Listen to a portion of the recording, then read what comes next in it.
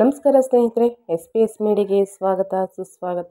ಸ್ನೇಹಿತರೆ, ಇನ್ನೂ ನಮ್ಮ ಚಾನಲ್ನ ಸಬ್ಸ್ಕ್ರೈಬ್ ಮಾಡ್ಕೊಂಡಿಲ್ಲ ಅಂದರೆ ಪ್ಲೀಸ್ ಸಬ್ಸ್ಕ್ರೈಬ್ ಮಾಡಿಕೊಂಡು ವಿಡಿಯೋನ ಫುಲ್ ವಾಚ್ ಮಾಡಿ ಅಂತ ಹೇಳ್ತಾ, ಇವತ್ತಿನ ಒಂದು ವಿಡಿಯೋದಲ್ಲಿ ಏನಂದರೆ 20,000 ಮಹಿಳೆಯರಿಗೆ ಗೃಹಲಕ್ಷ್ಮಿ ಯೋಜನೆ ಹಣ ಕ್ಯಾನ್ಸಲ್ ಸ್ನೇಹಿತರೆ. ಅಂದರೆ ವಿಡಿಯೋದಲ್ಲಿ ನೀವು ನೋಡ್ತಾ ಹೋದರೆ ಎಲ್ಲ ಫುಲ್ ಇನ್ಫಾರ್ಮೇಷನ್ ಸಿಗುತ್ತೆ. ವಿಡಿಯೋನ ಎಲ್ಲೂ ಸ್ಕಿಪ್ ಮಾಡ್ದೇ ಕೊನೆಯ ತನಕ ನೋಡಿ ಅಂತ ಹೇಳ್ತಾ ವಿಡಿಯೋನ ಸ್ಟಾರ್ಟ್ ಮಾಡೋಣ ಬನ್ನಿ. ರಾಜ್ಯ ಸರ್ಕಾರದ ಮಹತ್ವಾಕಾಂಕ್ಷಿ ಯೋಜನೆಗಳಲ್ಲಿ ಗೃಹಲಕ್ಷ್ಮಿ ಯೋಜನೆಯು ಒಂದಾಗಿದೆ. ಇದರ ಅಡಿಯಲ್ಲಿ ಮನೆಯ ಯಜಮಾನಿಗೆ ಪ್ರತಿ ತಿಂಗಳು 2,000 ಕೊಡಲಾಗ್ತಿತ್ತು ಸ್ನೇಹಿತರೆ. ಈ ಯೋಜನೆ ಜಾರಿಯಾದ ದಿನದಿಂದ ಒಂದಲ್ಲ ಒಂದು ವಿಘ್ನ ನಡೀತಾನೇ ಇದೆ. ಈಗಲೂ ಹಾಗೆಯೇ ಇದೆ. ಕಳೆದ ತಿಂಗಳು 6ನೇ ಕಂತಿನ ಹಣ ಬರೋಬ್ಬರಿ 20,000 ಮಹಿಳೆಯರ ಖಾತೆಗೆ ಬರುವ ಸಾಧ್ಯತೆ ಇಲ್ಲ ಸ್ನೇಹಿತರೆ. ಏನಾಗಿದೆ ಅನ್ನೋದನ್ನ ವಿಡಿಯೋದಲ್ಲಿ ನೋಡ್ತಾ ಹೋಗೋಣ ಸ್ನೇಹಿತರೆ. ರಾಜ್ಯ ಸರ್ಕಾರವು ನೀಡಿದ ಅಂಕಿ ಅಂಶಗಳ ಪ್ರಕಾರ ಪ್ರತಿ ತಿಂಗಳು 1.5 ಕೋಟಿ ಮಹಿಳೆಯರು ಗೃಹಲಕ್ಷ್ಮಿ ಯೋಜನೆ ಫಲಾನುಭವಿಗಳಾಗಿದ್ದರು ಸ್ನೇಹಿತರೆ. ಆದರೆ ಇದುವರೆಗೂ ಸಂಪೂರ್ಣವಾಗಿ ಯೋಜನೆ ಯಶಸ್ವಿ ಮಾಡಲು ಸಾಧ್ಯವಾಗಿಲ್ಲ. ಡಿಸೆಂಬರ್ ತಿಂಗಳಲ್ಲೇ ಮುಖ್ಯಮಂತ್ರಿ ಸೂಚನೆ ಮೇರೆಗೆ ಗ್ರಾಮ ಪಂಚಾಯಿತಿ ಮಟ್ಟದಲ್ಲಿ PDO ನೇತೃತ್ವದಲ್ಲಿ ಗೃಹಲಕ್ಷ್ಮಿ ಕ್ಯಾಂಪ್ ನಡೆಸಲು ತಿಳಿಸಲಾಗಿತ್ತು ಸ್ನೇಹಿತರೆ.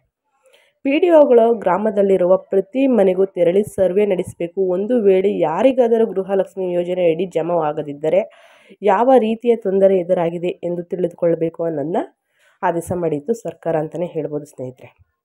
ಈ ಬಾರಿ ಗೃಹಲಕ್ಷ್ಮಿ ಯೋಜನೆಯಲ್ಲಿ ಒಂದು ಮಹತ್ವವಾದ ವಿಚಾರವಿದೆ. ಕಳೆದ ತಿಂಗಳು 26,000 ಮಹಿಳೆಯರ ಯೋಜನೆಯಿಂದ ವಂಚಿತರಾಗಿದ್ದರು.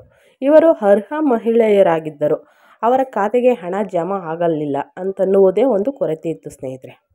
ಇವರಿಗೆ 5 ಕಂತುಗಳು ಹಣ ಜಮಾ ಆಗಿತ್ತು. ಆದರೆ 6ನೇ ಕಂತಿನ ಹಣ ಜಮಾ ಆಗಿಲ್ಲ ಅನ್ನೋ ಕಾರಣ ಗೃಹಲಕ್ಷ್ಮಿ ಯೋಜನೆ ಅಡಿಯಲ್ಲಿ ಅರ್ಜಿ ಸಲ್ಲಿಸುವ ವೇಳೆ ಆದಾಯ ತೆರಿಗೆ ಪಾವತಿದಾರರು ಸರ್ಕಾರಿ ನೌಕರಿಗೆ ನೀಡಲಾಗುವುದಿಲ್ಲ ಎಂದು ತಿಳಿಸಲಾಗಿತ್ತು ಸ್ನೇಹಿತರೆ.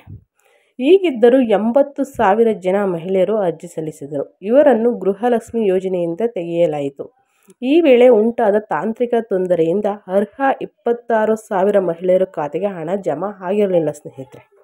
ಈ ವಿಚಾರದ ಕುರಿತು ಸರ್ಕಾರದ ಗಮನಕ್ಕೆ ಬಂದ ತಕ್ಷಣ ಅಧಿಕಾರಿಗಳು ಮಾಹಿತಿ ನೀಡಿದ್ದು ಏನಂದರೆ, ಈ 26,000 ಜನ ಮಹಿಳೆಯರಿಗೆ 6 ಹಾಗೂ 7ನೇ ಕಂತಿನ ಹಣ ಒಟ್ಟಿಗೆ ಜಮಾ ಮಾಡಲಾಗುವುದಿಲ್ಲ ಎಂದು ಸ್ಪಷ್ಟನೆ ನೀಡಿದ್ದಾರೆ ಸ್ನೇಹಿತರೆ.